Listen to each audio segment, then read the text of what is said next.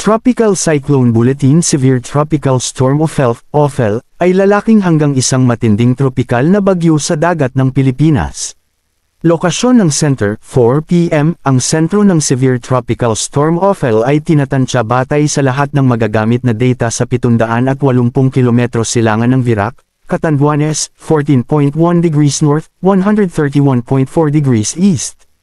Intensity maximum sustained winds na 95 km per hour malapit sa gitna, pagbugsong aabot sa 115 km per hour, at central pressure na 990 hectopascals, kasalukuyang kilusan kanluran hilagang kanluran sa bilis na 30 km per hour, lawak ng tropical cyclone winds ang malakas hanggang sa lakas ng hangin ay umaabot palabas hanggang 320 km mula sa gitna tropical cyclone wind signal sa epekto, walang wind signal na kasalukuyang nakataas.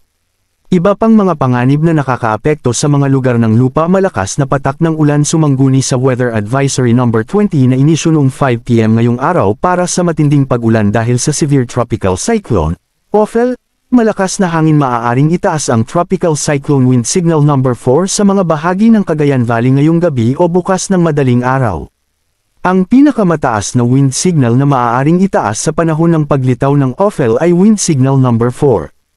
Higit pa rito, ang daloy ng hangin na patungo sa sirkulasyon ng Severe Tropical Storm Ophel ay magdadala din ng malakas na bug zone ng hangin sa mga sumusunod na lugar, lalo na sa mga lugar sa baybayin at kabundukan na nakalantad sa hangin, bukas, 13 ng Nobyembre, Catanduanes, Huwebes, 14 ng Nobyembre, Quezon at ang hilagang bahagi ng Camarines Norte, Camarines Sur, at Catanduanes.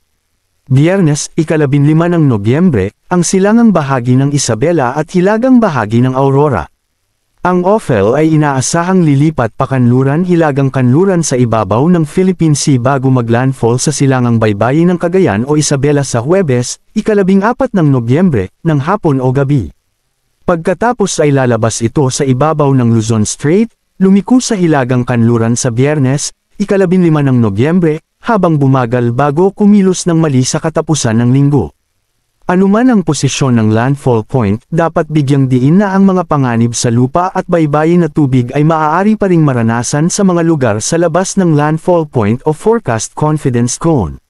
Dapat ding bigyang diin na ang track ay maaari pa ring lumipat sa loob ng limitasyon ng forecast confidence cone, lalo na sa ika-4 at ika-5 araw ng forecast track.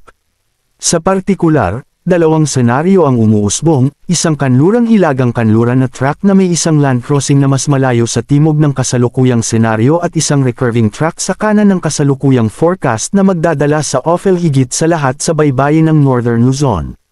Dahil dito, inaasahan ang mga karagdagang pagbabago sa forecast ng track. Ang tropical cyclone na ito ay tinatayang patuloy na lalakas sa susunod na 3 araw at aabot sa kategorya ng bagyo bukas, 13 ng Nobyembre, ng hapon o gabi. Ang Ophel ay posibleng maglandfall sa peak intensity. Isinasaalang-alang ang mga pag-unlad na ito, pinapayuhan ng publiko at mga tanggapan ng pagbabawas sa panganib ng kalamidad at pamamahala na ipagpatuloy ang pagsubaybay para sa mga update na may kaugnayan sa tropikal na bagyong ito.